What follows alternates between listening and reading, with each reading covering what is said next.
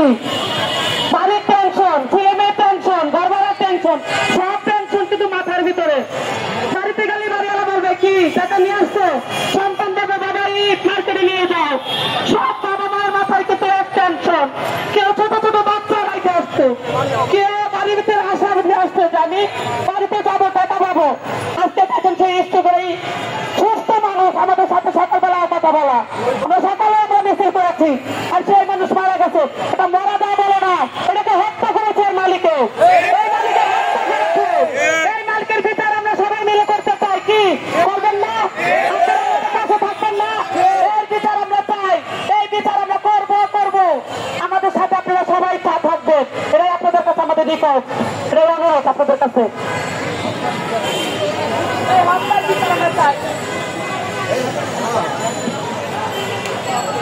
সাংবাদিক বন্ধুরা, আজকে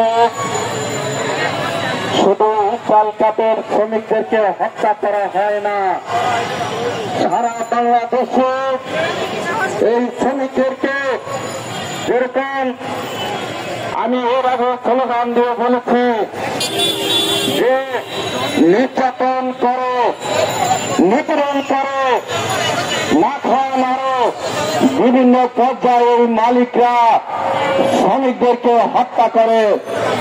আজকে দীর্ঘদিন যাবৎ এই শ্রমিকরা এই শ্রমভবনের সামনে মাসের পর মাস, দিনের পর দিন আন্দোলন সংগ্রাম করতেছে, কিন্তু এই ভবনের যারা দায়িত্বশীল তারা যদি এই শ্রমিকদের শ্রমঘামের টাকায় যদি তার সংসার চলে, তাহলে সেই শ্রমঘামের টাকায় তার সংসার চালায়, কিন্তু মাঝখানে এই শ্রমভবনের যারা কর্মকর্তা আছে তারা মালিকদেরকে পাহারা দেয়।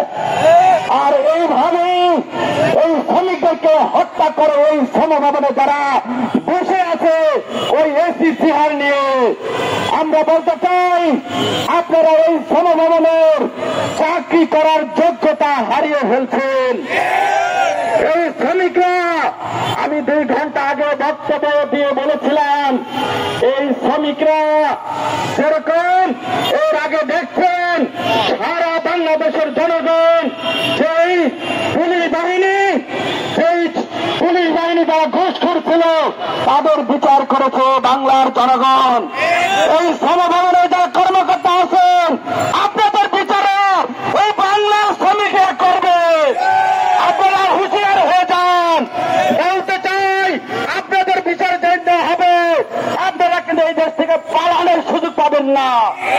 আমরা হুঁশিয়ার করে দিতে চাই, এই শ্রমিকরা আপনাদেরকে টেনে হেসে রাস্তার মধ্যে পিষে মারবে।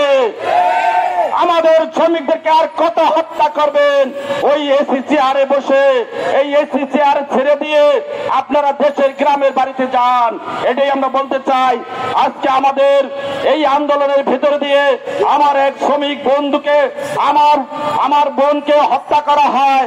এই জায়গায় সে কয়েকজন বোনের কোলের ভিতরে সে ঢলে পড়ে, ইসলামী হাসপাতালে নেওয়ার সাথে সাথে সে মৃত্যুবরণ করে। শ্রমিক ভাইদের বলতে চাই, আপনারা ঐক্য হন। যেই কারখানা, সেই কারখানা থেকে ঐক্যবদ্ধ হতে হবে, না হলে এই দেশের মালিকরা আমাদের শ্রমিকদেরকে এইভাবে হত্যা করবে। একদিকে না খাওয়ায় মারবে, আরেকদিকে বেতন দেবে না, আরেকদিকে পুলিশ দিয়ে হত্যা করা হয়, আরেকদিকে মাস্তান দিয়ে হত্যা করা হয়, আরেকদিকে ঝুট ব্যবসার নামে হত্যা করা হয়, আরেকদিকে শ্রমভবনে বসে শোষণ করে শ্রমিকদেরকে। সাংবাদিক বন্ধুরা, এখন আমাদের মাঝে বক্তব্য রাখবেন বাংলাদেশ গার্মেন্টস